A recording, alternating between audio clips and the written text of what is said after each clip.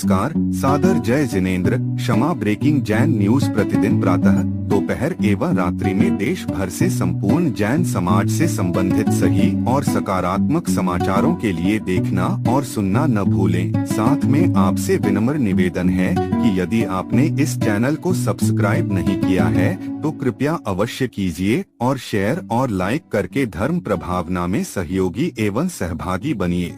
इस कार्यक्रम के पुण्यार्जक नमन करता है मातेश्वरी श्रीमती चंदाबाई जैन, वीरेंद्र कड़नकी, रेखा कड़नकी, आदर्श आदि एवं समस्त कड़नकी परिवार, ललितपुर।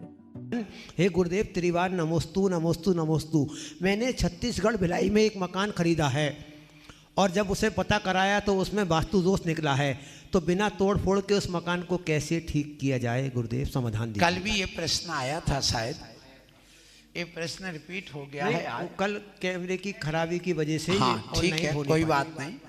इस वजह से मैं पुनः बता देता हूँ, कल थोड़ी टेक्निकली कुछ समस्या आई थी तो प्रसारण नहीं हो पाया था, इसलिए आज पुनः इसको रिपीट करता हूँ।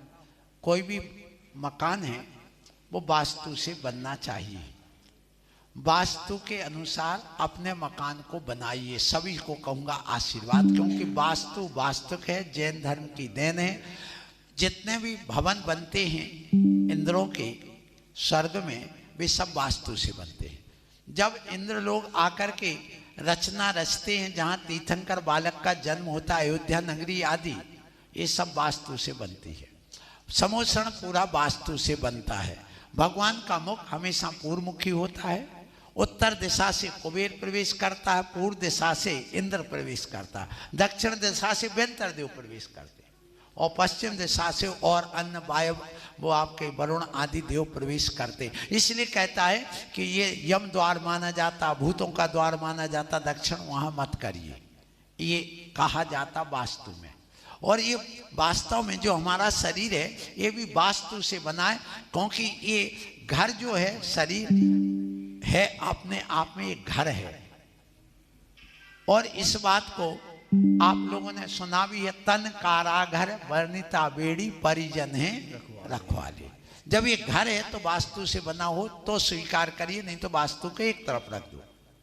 ये नेचुरल वास्तु बना हुआ है, किसी के द्वारा नहीं, प्रकृति द्वारा कर्म के द्वारा बना हुआ ये है।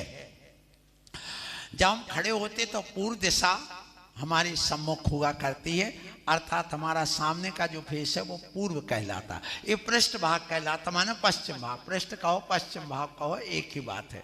और जो दाएं हाथ है ये दक्षिण भाग और बाएं हाथ उत्तर भाग, ये हमारे विभाजन हो जाता। अब मैं बैठा हूँ यहाँ पर, अब देखिए हमारे नाक कान मुख आदि सब किस तरफ है, पूरब तरफ। तो दरवाजे खिड़की दरवाजे कहाँ होना चाहिए, पूरब तरफ।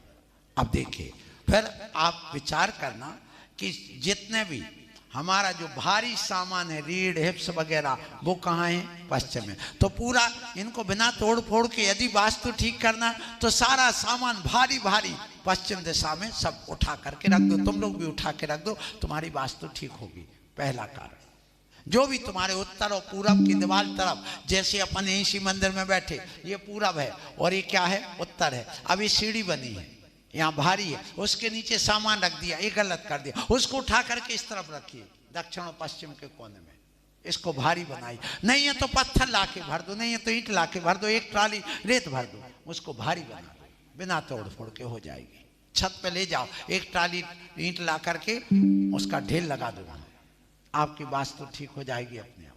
फिर यदि पश्चिम भाग नीचा है और उत्तर भाग ऊंचा हो गया, जबकि उत्तर भाग नीचे होना चाहिए, जहाँ अपन यूं नासा दृष्टि करके बैठते हैं तो ये भाग ऊंचा होता और ये आगे का झुका रहता, इसलिए पश्चिम भाग ऊंचा होना चाहिए। जो नारी वो बनाती ना वो बालों को तो ऊपर उठा देती, क्या बोलते, बाप बाप क्या बोलते उसको, सुन लेना। और एक नारी है जो जूड़ा बनाती, बना करके पल्लू डाल लेती, तो ये ऊपर का यहाँ उठ जाता। जिस नारी का ये जूड़ा बना करके उठ जाता है वो नारी प्रसारशील होती है, उसके विचार अच्छे होते, मेहनती होती है और पुरुषों से भी आगे वो काम करती है। और जिसका ये सामने का उठ जाए उसकी सोच हमेशा गंदी होती है, विषय बस वासनाओं से भरी रहती वो।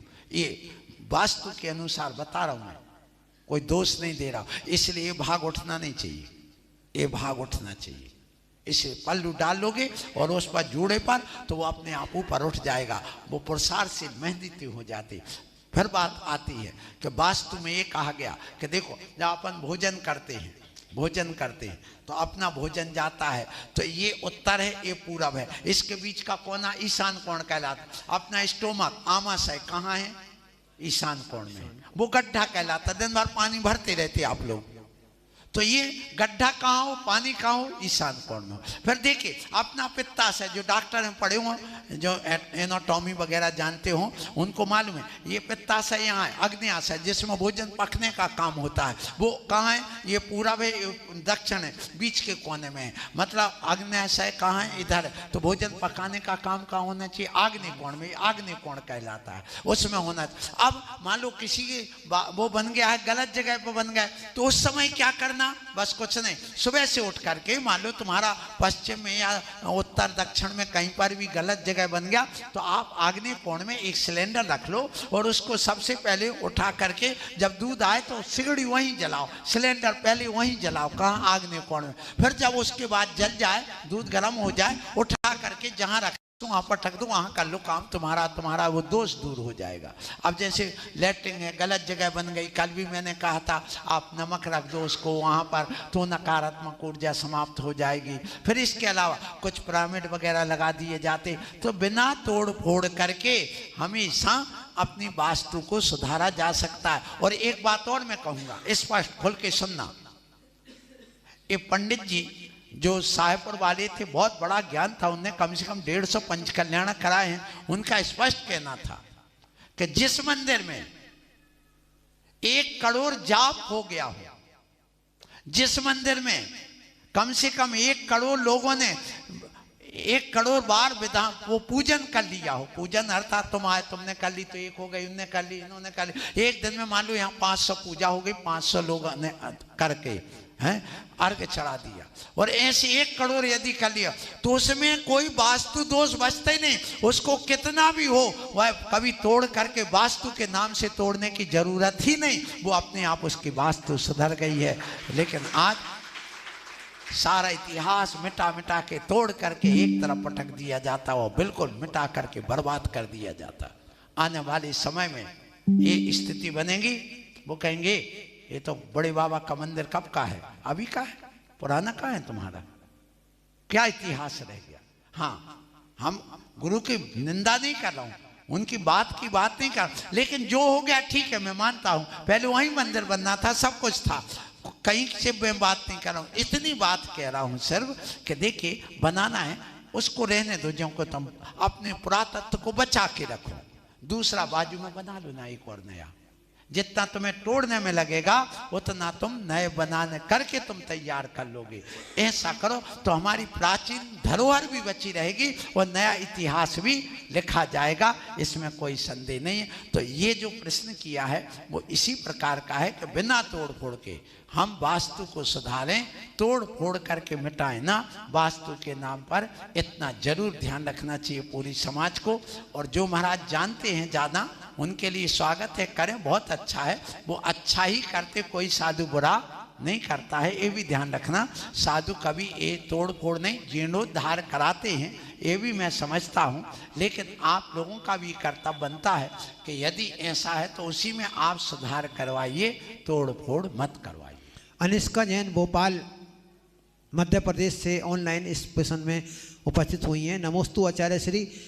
गुरुदेव, युवा पीढ़ी अपने लक्ष्य और धर्म के बीच कैसे संतुलन बनाए, कृपया समाधान दीजिए। युवा पीढ़ी अपने लक्ष्य और धर्म के बीच कैसे युवा पीढ़ी, अनिष्का जैन है भोपाल से, आशीर्वाद कि अपने लक्ष्य और धर्म के बीच संतुलन बनाना है। देखिए, मैंने कई बार इस प्रश्न का उत्तर दिया है, लक्ष्य तुम्हारा सही है कि नहीं। एक चोर का भी लक्ष्य है चोरी करने का, तो उसका लक्ष्य सही है क्या। एक लड़की का लक्ष्य है कि मुझे उस लड़के के साथ शादी करके भागना है, तो क्या वो लक्ष्य सही है। एक शराबी का लक्ष्य है कि मुझे शराब की बोतल मिल जाए, क्या उसका लक्ष्य सही है, नहीं है। ध्यान रखना। अब बताइए ऐसी स्थिति में एक आतंकवादी का लक्ष्य है कि मुझे वहां जाकर के बम फोड़ना है, तो क्या उसका लक्ष्य सही है? नहीं है। तो लक्ष्य दो प्रकार के, एक अच्छा और एक बुरा। बुरा लक्ष्य कभी धर्म हो नहीं सकता और अच्छा लक्ष्य कभी अधर्म हो नहीं सकता। क्या कह रहा हूं? अच्छा लक्ष्य अधर्म हो नहीं सकता। तो अच्छा लक्ष्य के साथ धर्म का सामंजस्य ही, उसमें कोई बात ही नहीं। इसलिए सुबह से उठो, सबसे पहले भगवान को स्मरण करो, ऐसे हाथ करो, नमस्कार करो, सिद्धों को कायुस्सर करो, मुख वगैरह शुद्ध करो, पुस्तक पढ़ो, अपना स्वाध्याय करो। यही तुम्हारा विद्यार्थी का लक्ष्य है, वही उसका धर्म है। अकेले आकर के घंटों यहां पूजा कर लेना उसका धर्म नहीं है, ये ध्यान रखिए। हाँ, वो आए, दर्शन करे, अर्घ्य चढ़ाए, 2-5 मिनट समय है, छुट्टी का दिन है, अभिषेक कर ले, माँ की पढ़ाई करे। ऐसा नहीं कि वो दिन भर यहाँ पूजा करते रहे और कहे हम पास हो जाए। तो क्या भगवान तुम्हारे पेपर में लिख के आएंगे? क्या बुद्धि में जबरदस्ती ठूंस देंगे? जब तुम पढ़ोगे ही नहीं, दिन भर मोबाइल चलाओगे, दिन भर तुम दोस्ती में घूमोगे और आए एक अर्घ चढ़ा दिए, भगवान हमारे धर्म, हम आपके ऊपर पक्की श्रद्धा लगते, हमारे पास हो जाए हम, तो भगवान क्या नौकर हैं तुम्हारे? नहीं, मेहनत तुम्हें करना पड़ेगी। तो सामंजस्य बनाना धर्म का, तो व्यसन नहीं करना, गलत दोस्ती नहीं करना, आलसी बने लेटे मत रहना और घंटों मोबाइल नहीं चलाना, मेहनत करिए, यही तुम्हारा धर्म है और कुछ नहीं। अब तुम मान लो धर्म के साथ सामंजस्य बनाने की बात कर रहे, तो इतना ही है कि आपको दर्शन करना है और जो हमारे नियम धर्म हैं जैन धर्म के अनुसार, उसके अनुसार चलिए। आप भले आप मंदिर नहीं जा रहे, कोई बात नहीं, चलेगी, लेकिन आप शब्द व्यसन से दूर रहो। यही धर्म, यही चेतन धर्म, ये वास्तविक धर्म है। अकेले तुमने अर्घ्य चढ़ा दिया, वहां दारू का पौगा लगा लिया, तो काय का धर्म रहा?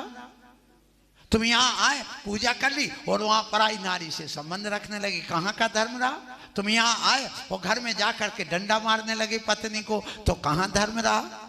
हमारे यहाँ धर्म क्या? सत्य, अहिंसा, आचौर्य, ब्रह्मचर्य, इसको धर्म कहा है।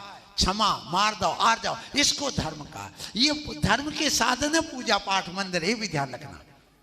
इसलिए अकेले इसी में मत लगे रहो। हम क्या कर रहे हैं, इन अचेतन प्रतिमाओं के यहाँ घंटों गुजार रहे हैं, घंटों गुजारते हैं, ध्यान रखना। और ये जो घंटों हमारे गुजर रहे हैं, व्यर्थ जा रहे हैं, कथनचित व्यर्थ, एकांत रूप से नहीं। हाँ, पूजा करो, अर्घ कराओ, ये सब 60 साल के बाद घंटों यहाँ बैठो, लेकिन 60 साल वाले मोबाइल लेके बैठे, पेपर लेके बैठे। समस्या तो ये, उनको यहाँ आके घंटों बैठना था, यहाँ गुजारना था। उनके खुद गुजरने का समय आ गया है और वे पेपर लेके समय गुजार रहे हैं। तो अब उनका कल्याण कैसे होगा? उनको तो मुनियों के पास जाना चाहिए, यहाँ दिन भर मंदिर में रहना चाहिए, यहाँ सफाई करना चाहिए, यहाँ ध्वंसाध्याय करना चाहिए, यहाँ बैठ करके चिंतन करना चाहिए, भगवान की ध्यान लगाना चाहिए। लेकिन एक युवा बच्चा पढ़ने वाला सोच पूछ रहा है कि हम धर्म के बीच सामंजस्य कैसे बनाएं। तो धर्म के बीच सामंजस्य ही है, सबसे पहले सारी दोस्ती तोड़ दो। क्योंकि दोस्त, यदि लड़का लड़की से दोस्ती कर रहा तो उसका लक्ष्य मात्र ही होता प्यार, और कोई नहीं होता, और कोई लक्ष्य नहीं, और तो है ही नहीं उसका। नहीं तो दोस्ती क्यों कर रहा? लड़की से क्यों नहीं कर रहा? लड़की से लड़का है, लड़की क्यों कर रही? लड़की लड़की से दोस्ती क्यों नहीं कर रही? वो कर भी रही तो उसके बाद यदि करती है तो कौन सी इतनी करे कि वो पढ़ाई की दृष्टि से दोस्ती करे। तुम दुनिया के पाप करने के लिए वहां दोस्ती करो और यहाँ मंदिर की कहो हम सामंजस्य बनाए। नहीं, पहले उससे सामंजस्य बनाओ। कहां पर?